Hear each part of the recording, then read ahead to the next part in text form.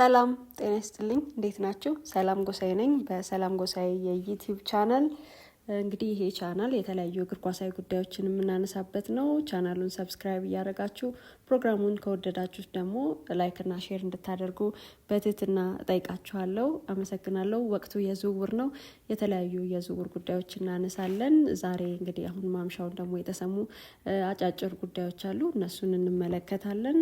ዋናውና በዝርዝር የምንመለከተው አንደኛው የዚህ የብሬንትፈርድ ለብሪያን ኤምቤሞ አዲስ ዝውውር ዋጋ ማቅረቡን ነው። እሱን እናነሳለን።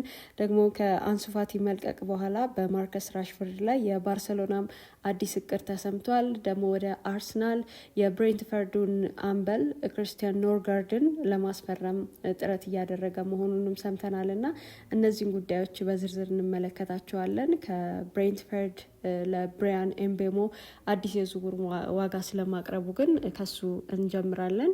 እንግዲህ ለብሪያን ኤምቤሞ አዲስ የዝውውር ዋጋ አስቀምጧል። ይሄ ቡድን ተጫዋቹ ከክለቡ የሚለቅበትንም ዋጋ ወስኗል። ማንቸስተር ዩናይትድ ለብሪያን ኤምቤሞ እንግዲህ ብዙ ጥረት እያደረገ ነው የሚገኘው ተጫዋቹን በእጁ ለማስገባት። ደግሞ ያንንም ለማድረግ እንደገና ዋጋውን ወይም የዝውውር ዋጋ ከፍ አድርጎ መቅረብ እንዳለበት ነው ብሬንትፈርድ ያስጠነቀቀው። አሁን እንግዲህ ማንቸስተር ዩናይትድ ለማቴዎስ ኩኛ ካወጣው የዝውውር ዋጋ በተመሳሳይ ለብሪያን ኤምቤሞ እንዲያወጣ ወስኗል። ብሬንትፈርድ የዩናይትድ እንግዲህ ለተጫዋቹ 55 ሚሊዮን ፓውንድ አቅርቦ እንደነበር ይታወቃል። ደግሞ አሁን በተሻለ ዋጋ እስከ 60 ሚሊዮን ፓውንድ አካባቢ ይዞ ተመልሷል ማለት ነው። ብሬንትፈርድ አሁን የጠየቀው ዋጋ ሲያስቀምጥ በዝውውር መስኮቱ አስቀድሞ ማንቸስተር ዩናይትድን የተቀላቀለው ማቴዎስ ኩኛን ማጣቀሻ አድርጓል። ከዎልቭስ በ62.5 ሚሊዮን ፓውንድ። አሁንም ብሬንትፈርድ ለብሪያን ኤምቤሞ አንድ አይነት ክፍያ ጠይቋል። ከሽያጩ ያንን የገንዘብ ዋጋ ለማግኘትም እየተሯሯጠ ነው የሚገኘው ይሄ ክለብ። ዩናይትድ እንግዲህ ለማቴዎስ ኩኛ ያንን ዋጋ ለማውጣት ያነሳሰው ወይም መነሻ የሆነው 62.5 ሚሊዮን ፓውንድ ድረስ የሄደው የ26 ዓመቱ ብራዚላዊ በተጠናቀቀው የውድድር ዘመን ለዎልቭስ 36 ጨዋታዎችን አድርጎ 15 ጎሎችንና 6 አሲስቶችን ማሳካቱም ጭምር ነው ያንን እንዲያደርግ ያደረገው። የብሬንትፈርድ እምነት አሁን ከኩኒያ በ3 ወራት በእድሜ የሚያንሰው ኤምቤሞ ቢያንስ ነው፣ ከዛም በላይ ቢሆን ደስ ይለዋል፣ ግን ቢያንስ አንድ አይነት ክፍያ ወይም ዋጋ ይገባዋል የሚል ጥያቄ ነው ያቀረበው ብሬንትፈርድ። ኤምቤሞ እንግዲህ ባለፈው ዓመት በ38 ጨዋታዎች 20 የፕሪሚየር ሊግ ጎሎች አስቆጥሯል። 8 አሲስቶችንም አሳክቷል። ባለፉት 2 የውድድር ዘመናትም ቢሆን በጎልም በአሲስትም ደብል ፊገር ያስመዘገበ ተጫዋች ነው። ዩናይትድ መጨረሻ ላይ ያቀረበው ኦፈር ውድቅ አልተደረገም። ነገር ግን ብሬንትፈርድ ኤምቤሞ እንዲወጣ ከመፍቀዱ በፊት የዋጋ ጭማሪ አድርጎ ለመስማማት እቅድ ይዟል። በዚህ ተጫዋች ዙሪያ የዋጋ ጭማሪ አድርጎ ነው እንግዲህ ለመስማማት እቅድ የያዘው እና ደግሞ ለኩኛ የወጣውንም እየጠየቀ ነው የሚገኘው። የአሁኑ የቶተናም አሰልጣኝ የቀድሞ የብሬንትፈርድ አሰልጣኝ ቶማስ ፍራንክ ናቸው። ስለዚህ በኤምቤሞ ላይ ትልቅ ፍላጎት አላቸው። ነገር ግን አሁንም ድረስ ካሜሮናዊ ወደ ኦልድ ትራፎርድ የሚዘዋወር ነው የሚመስለው። ደግሞ እንደዛም ነው የሚታመነው።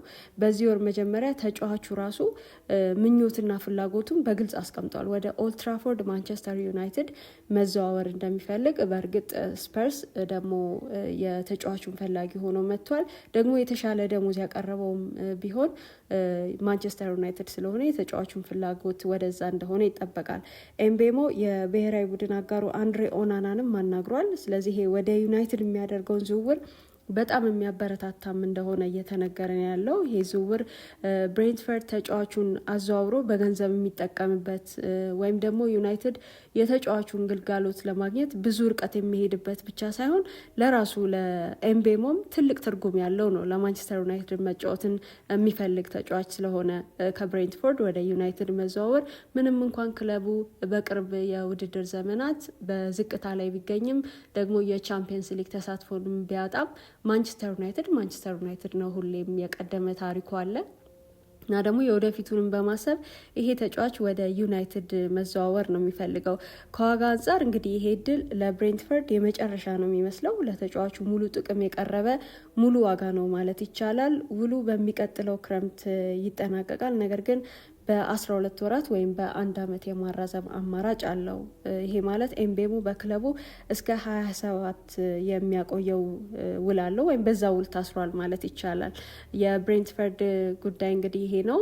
ቢያንስ ለኩኛ የቀረበው ዋጋ ለብሬንትፈርድ ይገባል ሲል ነው እንግዲህ ይሄንን አዲሱን ዋጋ ያቀረበው። ወደ ሌላ የዝውውር ጉዳይ ደግሞ እናምራ። የአንሱ ፋቲን መልቀቅ ተከትሎ እንግዲህ በማርከስ ራሽፈርድ ላይ ባርሰሎናም አዲስ እቅድ ይዞ መጥቷል። ከአንሱ ፋቲ መውጣትና ከኒኮ ዊሊያምስ መምጣት ወይም መዘዋወሩ የማይቀር ነው፣ እየተጠበቀም ነው። ደግሞ የኒኮ ዊሊያምስ ነገር በማርከስ ራሽፎርድ ዙሪያ አዲስ ነገር አለ። በዚህ የዝውውር መስኮት ራሽፈርድ የባርሰሎና ኢላማ ሆኖ ይቆያል። ምንም እንኳን የካታላኑ ክለብ ኒኮ ዊሊያምስን ማግኘቱ የማይቀር ቢሆንም ማለት ነው። ባየር ሚኒክ እንግዲህ የበለጠ ደሞዝ ቢያቀርብም የዊሊያምስ ሀሳብ ግን ከባርሰሎና ጋር በረጅም ጊዜ ውል መተሳሰር ነው። ጥርጣሬው ግን የባርሳ የፋይናንስ ሁኔታም እንደሆነ ማንሳት ይቻላል። ዊሊያምስ እንግዲህ ክለቡን የሚቀላቀል ከሆነ የቡድኑ የግራ መስመር ወይም ሌፍት ፍላንክ መጠናከሩ አይቀርም። ያንን ያጠናክረዋል። በ2025-26 የውድድር ዘመን የአንሱ ፋቲ በውሰት ወደ ሞናኮ መሄድ እሱም የማይቀር መሆኑ ግልጽ ነው። ቦታውን ያሳሰዋል ተብሎ ነው የሚታሰበው። ታዲያ ያ ክንፍ ወይም ያ መስመር ራሽፈርድ የሚመርጠው ሚና ነው። ከዚህ ጋር ተያይዞ ነው እንግዲህ በማንቸስተር ዩናይትድ የተገፋው ራሽፈርድ ወደ ካታላን የሚለውን እምነት ያጠናከረው። የባርሴሎናው አሰልጣኝ ሃንሲ ፍሊክ የማርከስ ራሽፈርድን ሁለገብነት ወይም ቨርሳቲሊቲ ጠንቅቆ የተረዳ አሰልጣኝ ነው። ደግሞም የሚያውቀውም ነው።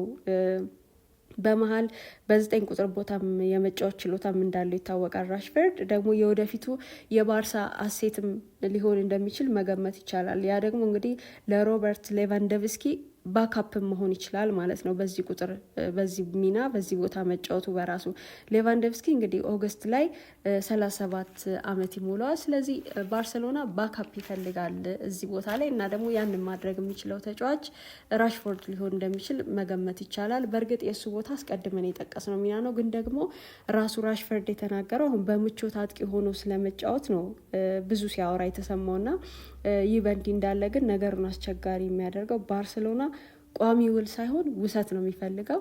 ማንቸስተር ዩናይትድ ደግሞ በቋሚነት ተጫዋቹን ለመሸጥ ነው እቅድ ያዘው። በ40 ሚሊዮን ፓውንድ እና 40 ሚሊዮን ፓውንድ የሚፈልጋል ከዚህ ተጫዋች ሽያጭ እና እሱም ይገባኛል ብለዋል። ይሄ ዋጋ ማለት እንግዲህ አስተን ቪላ ተጫዋቹን በውሰት በወሰደ ጊዜ ውሉን ቋሚ ማድረግ ካስፈለገ በተመሳሳይ ቀርቦ ወይም ተጠይቆ የነበረ ዋጋ ነው። ቪላን ግን አላነሳሳውም ይሄ ዋጋ እና ውሉንም ቋሚ ሳያደርግ ቀርቶ ተለያይቷል። ወደ ማንቸስተር ዩናይትድ ተመልሷል። ማንቸስተር ዩናይትድ ግን ተጫዋቹን በቋሚነት ነው መሸጥ የሚፈልገው። የባርሰሎና ፍላጎት ደግሞ በውሰት ነው እና ይህንም የሚያጓጓ ጉዳይ ነው ግን በደንብ ነው ፍላጎቱን እያሳየ ያለው ባርሴሎና በዚህ ተጫዋች ላይ። ሌላኛው ጉዳይ ዛሬ የተሰማው እንግዲህ አርሰናል የብሬንትፈርዱን አምበል ክሪስቲያን ኖርጋርድን ብሪቲሽ ክሪስቲያን ነርጎ ደግሞ ዳኒሽ ነው፣ በፈለጋችሁ ልትጠሩት ትችላላችሁ። ብቻ ይሄንን ተጫዋች ፈልጓል አርሰናል እና ጥያቄው አሁን ይሄንን ተጫዋች መፈለጉ ስሜት የሚሰጥ ነው ወይ የሚለው ነው። ለተጫዋቹ የተቀመጠው ዋጋ 10 ሚሊዮን ፓውንድ ነው። ቶማስ ፓርቴ ክለቡን የሚለቅ ከሆነና የብሬንትፈርዱ አማካይ ወደ አርሰናል የሚያደርገው ዝውውር ከተፈጸመ የ31 ዓመቱ ኖርጋርድ በኤምሬትስ በእድሜ ትልቁ ተጫዋች ይሆናል። ስለዚህ የአርሰናል ትልቁ ተጫዋች እድሜው 31 ሊሆን ይችላል ማለት ነው ፓርቴ የሚለቅ ከሆነ። አርሰናል በዚህ የዝውውር መስኮት ከፊት መስመሩ ሌላ እንግዲህ አማካዩን ሪሼፕ የማድረግ ሀሳብም ይዞ የተነሳ ነው እና የ31 ዓመቱ ኖርጋርድ የሚኬል አርቴታውን ስብስብ ለአማካይ ክፍሉ ጥንካሬ መጨመር የሚችል ተጫዋች እንደሆነ ተለይቷል። ይሄ ተጫዋች በዝውውር ገበያው አርሰናል እንግዲህ ለዴንማርካዊ ዝውውር 10 ሚሊዮን ፓውንድ ለመክፈል ፍቃደኛ እንደሚሆንም ይጠበቃል። ከ50 ሚሊዮን ፓውንድ በላይ በማውጣት ማርቲን ዙቢሜንዲን ለማስፈረም ከጫፍ ደርሷል አርሰናል። ስለዚህ ቶማስ ፓርቴ ክለቡን የሚለቅ ከሆነ በዛ ቦታ ሌላ ሁለተኛ ተጫዋች ያስፈልገዋል ማለት ነው። የፓርቴ ኮንትራት በዚህ ክረምት ይጠናቀቃል ወይም ያበቃል። በአዲስ ውል ግን ከክለቡ ጋር በድጋሚ ለመተሳሰር ጥረት እያደረገ እንደሆነ ይታወቃል። በክለቡም ደግሞ መቆየት ይፈልጋል ፓርቴ። ነገር ግን አርሰናልና ፓርቴ ምንም አይነት ስምምነት ላይ አልደረሱም ቢያንስ እስካሁን። ስለዚህ ምናልባትም ጀርጂኒዮ ሊከተል ይችላል በነፃ ዝውውር ክለቡን በመልቀቅ ማለት ነው። ኖርጋርድ እንግዲህ ከብሬንትፈርድ በጣም ወሳኝ ተጫዋቾች አንዱ ነው። በዚህ የዝውውር መስኮት ተጫዋቹ ክለቡ እንዲለቅ ይፈቅድ እንደሆነ ማየት ያስፈልጋል። ምክንያቱም ብዙ ተጫዋቾችን አሰልጣኙንም ጭምር ያጣ ክለብ ነው። ደግሞ አሁን አጥቂው ብራያን ኤምቤሞን የሚያጣል ለማንቸስተር ዩናይትድ አሳልፎ በመስጠት አስቀድሞም አሰልጣኙ ቶማስ ፍራንክን አጥቷል ወደ ቶተንሃም ሆትስፐር። ስለዚህ ኖርጋርድ አሁን በብሬንትፈርድ የሚያቆየው የ2 ዓመታት ውል አለው። በፕሪሚየር ሊግ 122 ጨዋታዎችን አድርጓል። 11 ጊዜ ኳስና መረብንም አገናኝቷል። አርሰናል ጥያቄ ማቅረቡ መጀመሪያ ያወጣው እንግዲህ የዳኒሽ አውትሌት ነው ቦልድ የተባለው ማለት ነው። ስለዚህ በሀተታው እሱ ምን ይላል? ብሬንትፈርድ ደስተኛ ያልሆነን ተጫዋች የማቆየት ሪስክ ይወስዳል ኖርጋርድ አርሰናል እንዲቀላቀል የማይፈቅድ ከሆነ ማለት ነው። ስለዚህ ልጁ የመውጣት ፍላጎት አለው። ተገዶ ደግሞ በክለቡ የሚቆይ ከሆነ ደስተኛ አይሆንም። ደስተኛ አልሆነም ማለት ደግሞ በሜዳ ላይ የሚያደርገውን ፐርፎርማንስ አፌክት እንደሚያደርገው ግልጽ ነው እና ይሄ የዳኒሽ አውትሌት ቦልድ የተባለው እንደገለጸው የሚቆይ ከሆነ ወይም የማይፈቅድለት ከሆነ እንዲወጣ ኖርጋርድ ደስተኛ ያልሆነን ተጫዋች የማቆየት ሪስክም እንዳለበት ነው የተናገረው። እንግዲህ ይሄ ተጫዋች ታፍ ታክሊንግ ሚድፊልደር ይባላል። በጣም ጠንካራና ኃይለኛ ታክል ያሉት አማካይ ነው። አርሰናልን የሚቀላቀል ከሆነ ደግሞ የሚሞላው ክፍተት ቀላል አይደለም። አሁን በዚህ የዝውውር መስኮት በገበያው ኖርጋርድ አርሰናልን የሚስብ ወይም ደግሞ አስደሳች ስም ላይሆን ይችላል። ነገር ግን የሚካኤል አርቴታ የተጫዋቹን ፊርማ ለማግኘት መጠየቅ ስሜት የሚሰጥና ብዙ ምክንያቶችም ያሉት ነው። እንግዲህ በክለብና በሀገር ከ400 በላይ ጨዋታዎችን አድርጓል። በፕሪሚየር ሊግ ደግሞ በአምበልነት ነው የቆየው። እንግዲህ ተጫዋቹ በጣም ብዙ ልምድ ያለው ተጫዋች ነው። ስለዚህ ተጨማሪ ልምድ ማምጣቱ ማይቀር ነው እና ይሄን ተጨማሪ ልምድ ማምጣቱ በራሱ ቸል መባል ያለበት አይደለም። ለአርሰናል ስብስብ መሪነትን ይጨምራል። መሪዎች ያሉት ስብስብ እንዲሆንም ያስችለዋል። ይሄ አይነቱን ኳሊቲ ደግሞ ቀድሞ ከጀርጂኒዮ ያገኝ ነበር። አሁን ክለቡን ለቋል። ይሄ ተጫዋች ደግሞ ፓርቲ የሚለቅ ከሆነና እርሱ የሚመጣ ከሆነ ደግሞ በአርሰናል በእድሜ ትልቁ ተጫዋች ይሆናል ማለት ነው። ኖርጋርድ እንግዲህ በብዙ ጨዋታዎች ዲፕላይ ሚድፊልድ ፖዚሽን ላይ ጨዋታ ይጀምራል ተብሎ አይጠበቅም አርሰናልን ቢቀላቀል እንኳን። ምክንያቱም አርሰናል ዙቢሜንዲ ላይ ኢንቨስት ያደረገውም ይሄንን ይነግረናል። ኖርጋርድ ከቡድኑ ጋር አብሮ ተሰርቷል ማለት ይቻላል። ብሬንትፈርድ ወደ ፕሪሚየር ሊግ ካደገ ጀምሮ ታፍ ታክሊንግ ሚድፊልደር በሚል ስምና ዝናም ተገንብቷል። ይሄ ተጫዋች በዛው ቡድን ጨዋታ በደንብ ያነባል እና ደግሞ ለቡድኑ ኃይልና ጉልበትን የሚሰጥ ተጫዋች ነው። በተጠናቀቀው የውድድር ዘመን 5 የፕሪሚየር ሊግ ጎሎችን አስቆጥሯል እና ደግሞ 4 አሲስቶችንም አስመዝግቧል። ይሄ ተጫዋች ሌላም ኳሊቲ ያለው ከፕሮግሬሲቭ ፓሶቹ ጋር ከሜዳው የመሀል ክፍል ማጥቃትን የማስጀመርም ልዩ ችሎታ አለው። በተጠናቀቀው የውድድር ዘመን እንግዲህ አርሰናል በቁልፍ ቦታዎች ላይ ዴብስ ማጣቱን ተከትሎ ይሄ ዝውውር ተቀባይነት ያለው ይመስላል። በብዙ ተቸግሮ እንደነበር ተመልክተነዋል።